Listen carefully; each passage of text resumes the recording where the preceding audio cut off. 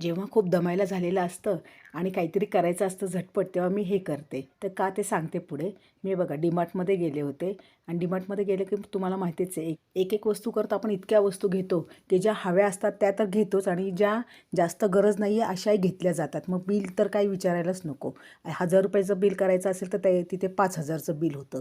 पण असं सगळं बघत बघत मी गेले, भरपूर वस्तू आल्या होत्या. अशा प्लॅस्टिकचे डबे, हे इतकं सुंदर होते ना सगळं. हे वाण सामानाचे पण भरपूर वस्तू होत्या आणि मला क्लिनिंगच्या वस्तू घ्यायच्या होत्या खरं तर. त्याकरता मी गेले होते. ह्या सगळ्या मग क्लिनिंगच्यासुद्धा वस्तू घेतल्या. बघा कशी माझी बास्केट भरली.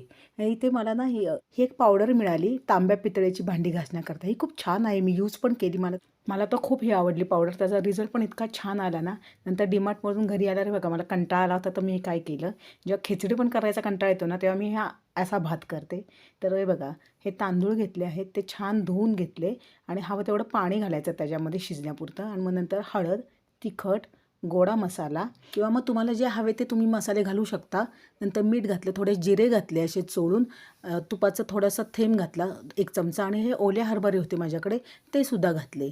आणि मला जरा साखर आवडते म्हणून थोडीशी साखरेची चिमूट घातली, नाही घातली तरी हरकत नाही. आणि ही भरपूर कोथिंबीर, त्याचं सगळं छान असं मिक्स करून मी ना आधी कुकरमध्ये पाणी गरम करायला ठेवलं होतं आणि नंतर हे सगळं मिक्स झालेलं ठेवलं आणि नेहमीप्रमाणे 3 शिट्ट्या काढल्या.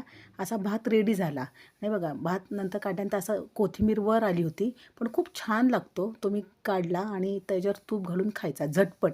जेव्हा खिचडीचा पण कंटाळा येतो ना किंवा काही करायचं, तर असा झटपट एकाच कुकरमध्ये असा भात केला, खूप सुंदर लागतो. मला सांगा तुम्ही करता का असा भात? नसेल केला तर नक्की करून बघा आणि कमेंट करा, सबस्क्राईब करा. धन्यवाद.